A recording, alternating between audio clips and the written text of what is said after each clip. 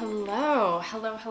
So welcome to the video. My name is Steph. If you're new here, I talk about books, reading and writing them. I hope that you have like a nice little beverage. I'm drinking some tea. Get something to drink, a snack, because this is going to be a chatty video just about all of the books that I read in November. I'm drinking tea because I have a bit of a cold and it feels really good in my throat, so hopefully my voice doesn't give out on you, but also because we are moving, as you can see. And I totally overestimated the amount of expensive tea that I could drink in X amount of time. So, guzzling tea over here. December is really busy, so I have a few videos that are scheduled to upload, so there isn't too big of a gap, but I am going to be taking probably close to a month off of making videos for you. If you want to get notified when I am posting again, you can turn the notifications on somewhere down below there, or just keep an eye on my community tab where I'll try and keep you updated a little bit on what I am currently reading. But yeah, that's that. Very exciting, lots of work to be done. But today I'm gonna talk about 6 books that I read, plus one DNF, plus one book that I'm currently reading. Because I'm between jobs right now and we are packing, I really wanted to read books this November that were maybe a little bit longer than I would usually pick up. Books that I found intimidating or I'd heard were just gonna take a little bit more of my energy to complete. So I started with The Name of the Rose. This is one of the first books that I put on my Goodreads to be read list. So it's been on there for like a decade. And it is kind of a classic, I think, from the 80s. I might be making this up. But it follows a Benedictine monk who is kind of like a Watson to an older monk guy that is like Sherlock Holmes. They go to this new monastery for some kind of event and people are being murdered and they're asked to assist in solving who is doing all of the murders. I wasn't sure what to expect when I first went into this book because I heard that it was a difficult read, and that can mean a lot of different things for different people. For me, I didn't find it difficult to understand. I found it difficult to motivate myself to pick up after I would like take a break from reading it. And that's not necessarily a bad thing. It's an effortful read, in my opinion. It's not necessarily like a fast-paced murder mystery thriller type of book.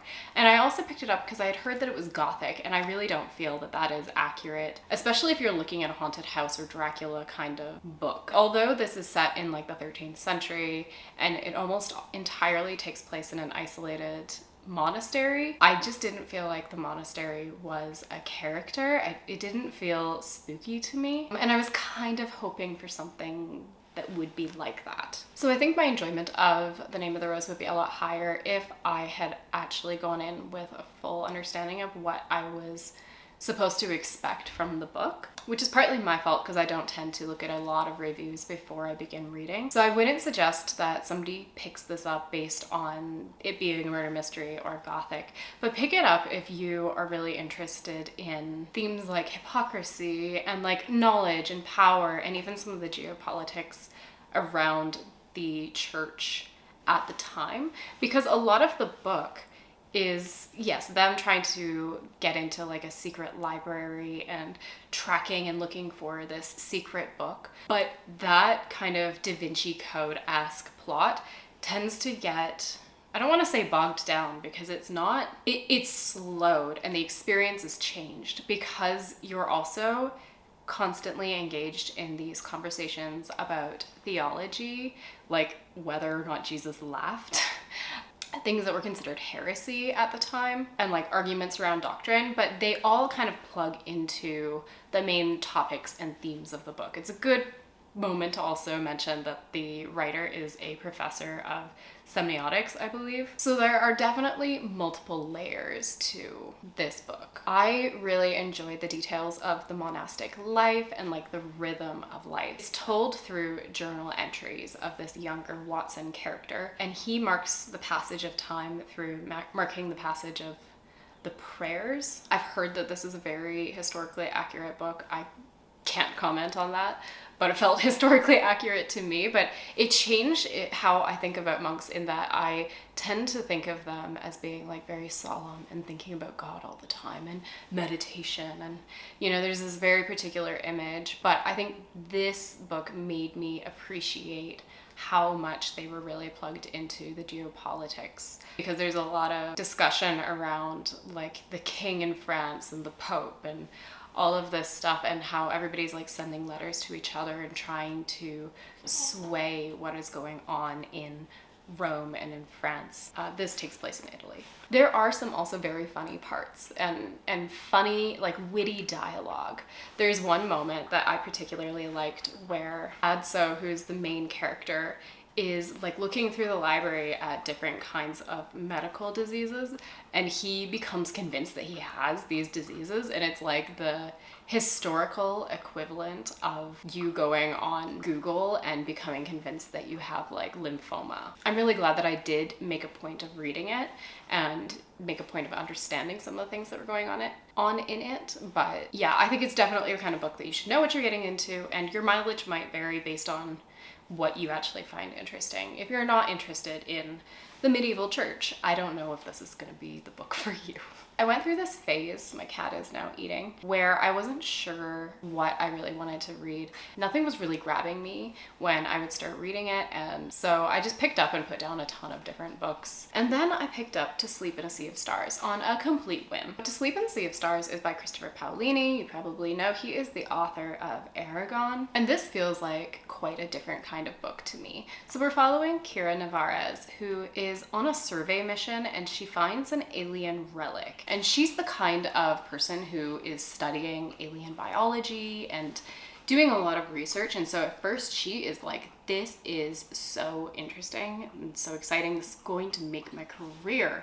And then it merges with her body and things get really bad really fast. This just grabbed me immediately. I really liked Kira as a main character. I don't really know how to describe the plot of the book without spoiling it. So it's dealing with things like alien invasion, and I liked how that was handled a lot, especially when I am not a fan of alien invasion stories typically. This was just really well paced.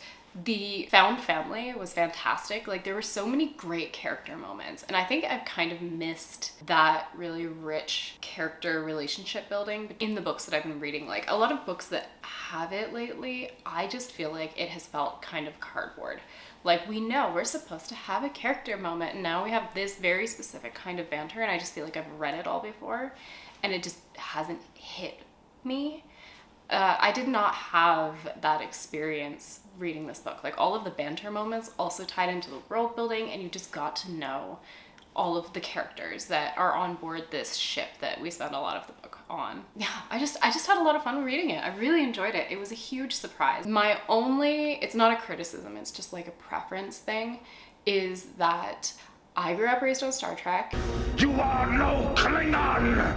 The brand of alien in this is a little bit more of the tentacled variety. I don't understand how a tentacled alien, like, why would an alien adapt to having tentacles in space? Like, is it that the idea of being without gravity is like swimming? If that was justified in this book, I don't remember, but there was a huge appendices where Paolini talked in depth about how he kind of thought about all of the different science-y aspects, which I enjoyed because it kept the book from getting bogged down. But I guess if you're super into thinking about how does traveling at time warp speed or whatever relate to time travel, and like, how do we get around some of that? I don't really care. But the tentacles thing bothers me because our main character was kind of like an alien biologist. I don't know if that makes sense. This is a very minor thing. Okay, it's a great book. You should read it. I listened to it on audiobook, and this was narrated so well by Jennifer Hale. She was involved in the narration of Mass Effect. Honestly, I think this was one of the best jobs at narration that I have ever read. I loved her narration. I thought it was so good. I guess the other kind of thing is that I really latched onto this book because of the characters and the banter and the character relationships. And in the last 25% of the book, because it's an alien invasion, we have a little bit of an epic battle. And there was a little section where I didn't really care that much. I just wanted to know like what is going to happen to the characters. But by the time I got to the end, thought it was great. It was very satisfying, and it's a standalone. You might hear Mr. Kitty having a crisis right now because he wakes up periodically and then starts screaming at me very energetically about there being boxes in the house, and he knows what that means. We've done a few international moves at this point. Just ignore him. After that, I picked up An Academy for Liars. So I did not have a whole lot of luck with this author's debut, mostly just because of like the content wasn't for me. So I got it from the library and I read the first few lines and I was totally hooked. An Academy for Liars is following a girl named Lennon. She's in her early to mid 20s. We meet her when she has kind of abruptly decided to end her engagement. That wasn't very fulfilling for her on the night of her engagement. Shortly after that, she gets an offer to attend this school, but it gives her kind of something that she's able to do, a sense of direction in her life. And while she's there, she discovers that she has a particular affinity for something called persuasion. Persuasion is this sort of type of magic where you're able to manipulate somebody's free will. And so Lennon goes to these classes and you actually get to see her in class and like having conflict or exchanges with her peers, which I really enjoyed. Like that is something that I think is missing from some contemporary dark academia books. But this book stays really centered on not just Lennon, but her advisor Dante, who's sexy, right? And tattooed and whatever. The history and significance of this school. I thought it was a really cool magic system. She went pretty deep with it, which I appreciated. I wish it almost had gone a little deeper in some ways, but there's a lot of other cool things about the school. Like the school exists kind of in this nowhere space. Like I don't know how to even explain it, but you can only like access it through opening a door, which often is in the form of an elevator that then will take you to the school. Overall, my review is that I loved this book, but there are some challenges with it, and the biggest one is with pacing, because things were happening at a very steady rate, but I couldn't tell what we were building to. Like, what is going to be Lennon's arc? Where are we going with all of this, you know? And sometimes things would happen and I would be like, wow, that really changes everything. But we wouldn't sit with it, we wouldn't process it. It would be almost episodic in that then the next thing would happen and then the next thing. And I wanted it to be just a little bit longer so that we could kind of dig into some of these events that were happening, or things that were maybe not fully explained or convenient could have been a little bit deeper. Like if it was just a little bit more, it would have been a perfect book. But it still came together really, really well in the end. You just don't know what's going on until like 70%. And I still feel quite shocked by the end, and like, but it was satisfying because the details and the information was all there. I just didn't put it together. It wasn't what I thought was gonna happen at all. So yeah, a lot happens, not just in plot, but thematically, and I feel like I'm still kind of processing how I felt about some of it, but my overall feeling is that it's a great dark academia book, and if you enjoyed the Atlas 6 or Ninth House, even though those are very different books, I think if you liked both of them, you might like this. So that is An Academy for Liars. I'm definitely wanting to pick up more of her books because I quite liked her writing style, and I liked Lennon as a character. After that, I continued on with my journey through Sarah J. Maas land. What is the series called? Throne of Glass. Okay, I finished reading Empire of Storms this month, and I have to say this is when my feelings about the series are starting to like shift in a really big way. The series starts and you can tell it's YA. Like you can tell she came up with the idea when she was like 16 or whatever, but by the time we come to Empire of Storms, it is turning into an epic fantasy. And there are strong romantic subplots, but I think what I didn't understand when I was going into it was that I started reading Sarah J. Maas with ACOTAR. That I feel is a full romantasy. Like the main driving plot is the romantic and sexual relationship between Feyre and the other characters. That's what creates like change within Feyre. That is a huge central part of that book. If you took the romance out, it would not work. This series is fantasy with a strong romantic subplot where it's massive, it's huge. And the arcs of the characters are revolving around personal things that are going on and the world things that are going on. What I love about these characters is that she starts them from like over here and then she ends them over here, which takes a lot of pages. That's why there's such huge books. But I am just really pleasantly surprised by how the series is shaping up. And I kind of feel like it's a bit of a shame that the first couple of books are not on the same level, I feel, as this book. I don't think the first book sells the series for what you're going to get when you continue on. I'm not going to go into like a huge explanation of what it's all about. I'm too deep. I'm too deep in, and I feel like it's such a well-known series at this point. Whatever. But this was like one of the best filler books that I have ever read. Because you realize by the time you're at the end, you're like, wow, a lot of that was just filler. Like going from place to place. We're on boats, we're fighting people, we're doing cool shit with magic, okay? I love Aelin. I'm surprised now that I love Aelin because I hated her in Throne of Glass. But I wish in some ways that we got more time with her in her head. Like there's something that Sarah J. Maas does which is really interesting to me, because a lot of the time that there's a big reveal or Aelin does something that is a huge deal, you don't get to see her plotting and scheming. You see her reactions and you see her feelings, like something happens in this book, she knows she needs to do something and she throws up. You get the POV of the other characters, like, oh, Aelin's up in her head, or like something's happening right now, but we don't totally know until it is revealed. And that makes it feel really epic, but I do think it would be nice to have a few of those really intimate character moments in her own mind. So yeah, overall, I'm really enjoying it. I do understand the criticisms. The first half of this book, I swear to God, every single character was like so beautiful. Like the beauty did this, the black-haired beauty did that. And then at the midpoint, everybody stopped being beautiful and was like, now it is pedal to the metal. So I get it, but you know what? I'm having a really good time with it. And I read for enjoyment, so I'm enjoying myself. After that, I DNF'd a book. I hate trashing books, and I actually don't think that I would trash this book. It is not a bad book. It is just so not for me, okay? That is the second book in the Last Responders series. I talked about this in my Kindle TBR pretty recently. It's called Undertaking Love.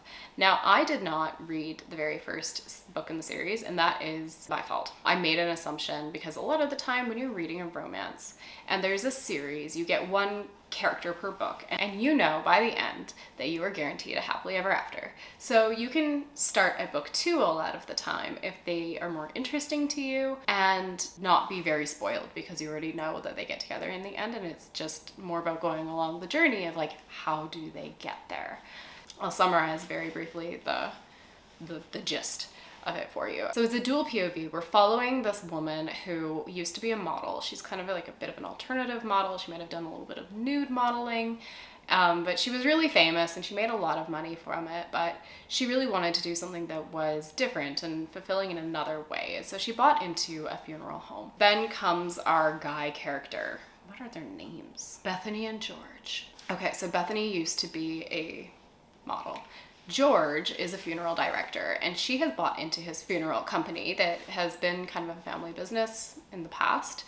And they have a lot of clashes at work because she's really into sort of the new trends around death care, like eco-friendly death care and like H2O, sucking away all the moisture to just, you know, lots of details about stuff like that. George is like maintaining the status quo. He is like, this is the way my family has always done things. We shall always do things in this way because I am stubborn and kind of stingy. They are supposed to go to a conference together with a bunch of other morticians in New Orleans and have kind of like a competition between them.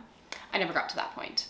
I got about 20% in, and I think we were just going to the conference at that point, but like Bethany, okay, this is not necessarily a bad book. I didn't think it was poorly written. I just got really frustrated, but I'm gonna rant about it, okay?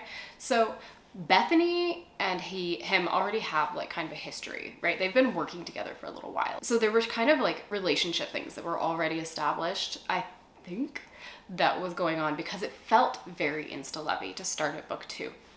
Because Bethany has already clocked that George finds her attractive, but he's like stoic and like controlling himself and whatever. And she is like, I am going to use all of my sexy powers to seduce this man. It felt like we jumped straight into not banging, but like her just kind of not being very professional about her behavior, or I don't know. It felt weird. It didn't feel natural to me. And I think that was because I started at book 2. And there were also characters that, you know, if you're going to read a second book, you're going to get kind of a cameo from another character at some point that has been in the past books. I love that. It doesn't necessarily ruin it, but the way that they were talking and the kind of relationship that was established had me just like, okay, let's get on to the next plot. I felt like I was already halfway through the book because Bethany is talking to, I think it was his sister, I don't even remember, some other woman who had had her romance in the first book, about George and like how his personality is really difficult. And it felt like a mid-book conversation, not a first 10% kind of conversation. Do you know what I mean? I don't know. I got frustrated. Probably it was mostly my fault. I might pick up the first book. I think there was something about a trope in the first book that didn't appeal to me. So I'm kind of thinking of it as a soft DNF, but this did not work for me for whatever reason. Oh, and also there was a kid. Like Bethany has a kid, and I don't really like kids in romance, and it just felt like this is probably going to become a bit of a plot point. I don't know. If you've read the series, especially if you've read the first book, let me know what your feelings and thoughts were, because I might need to be convinced a little bit if I'm going to continue or give it another try again. The next books that I want to talk about were rereads, but the situation was a little different because I reread The Bone Season. So I read this for the first time a few years ago. Same author as Priory of the Orange Tree. This is a very different kind of series. And I kind of encourage anybody who read Priory of the Orange Tree or like DNF'd Priory should try this book. It is so different. The pacing is so fast. I'm just noticing some of the things in the drawings, but they're spoilery-ish, kind of, so I'm not gonna tell you why. So the thing with this book is that this is the 10th anniversary edition, and Samantha Shannon originally wrote it or published it when she was 21. So she was a lot younger when she wrote it. And you could tell, like, it was a really great book. It became one of my favorite series before she did the big edit. And I loved it enough that before reading it, I bought the sprayed edges. It was really good before. Now it is excellent. Definitely get the 10th anniversary edition if you're looking at reading this. The prose is smoother, and in the first iteration of it, I almost felt like it was a little bit too fast-paced. And we had like a bit of info dumping. She fixed all of that in this. I just love it so much. I love it so much. So I'm going to go on and on and on about it in a future video very soon, but I'm not gonna hold it up maybe because I have kind of tendonitis in my wrist right now. So The Bone Season, I would say the vibes are kind of like Peaky Blinders, but set in London. The main character is Irish with clairvoyance. Okay, so Paige Mahoney is our main girl. She is known as the Pale Dreamer. That's her crime alias. And she is part of the clairvoyant underground. She lives during a time where England, Ireland, and many other parts of Europe are ruled by this regime called Scion. Scion is extremely hostile to unnaturalness. That is the people who suddenly started to show clairvoyant powers after a certain date in the Victorian era. And as I said, Paige is one of those. So she's kind of living in London until one day where she is taken in by the authorities and brought to Oxford, which is like almost like a work camp of some sort, and meets these supernatural creatures and learns the true history of Scion. This is kind of a rebellion story. In that way, it feels almost classic YA. What I love most about the series is that it expands incredibly. So then I picked up the Mime order. Oh, actually, for The Bone Season, I read this on audio because I heard that the audio version was new and the narrator does a lot of different kinds of accents, especially like dialect accents from Ireland, which was really, really good. And that was my first experience with the audiobook version of this series. But then I physically read the Mime Order, and the Mime Order is taking place after the events. Okay, so I'm not going to say like plot things, but it's a totally different type of story. We don't continue with a rebellion story. Well, like kind of we do, but like not really. This one has a lot of kind of politics that are going on in the criminal underworld. Paige, given the information that she acquired in book 1, having to step into her power in a different kind of way. Beautiful covers, by the way. Each one of these are set, this is set in London, in a different city. I'm going to continue reading The Song Rising and The Mask Falling. There's going to be 7 books in the series. It's not quite done yet. She's releasing book 5, I believe, in February. So a wonderful reread. This is my favorite reread, I think, of this year. And it was just really fun to discover the new things that were incorporated into this. Like, I really like the relationship development between Paige and this other character, Arcturus. It's a very, very slow burn romance. It's a very, very rich world, and she has a lot of maps and a lot of like extra information about. So that is the Bone Season series, one of my favorite fantasy series. I can go on and on and on and on about it, but I will try not to bore you. Those are all of the books that I completed reading. There's one more that I'm really dying to talk about, even though I'm only about 20% in at the moment. I want to finish it in the next day or two if I can. That is called The Bog Wife. This is kind of a horror. It is very gothic, I suppose. And there's a bit of a timelessness about how it's written. I really like the writing style, like on a prose level. I think it's very beautiful to read without getting bogged down.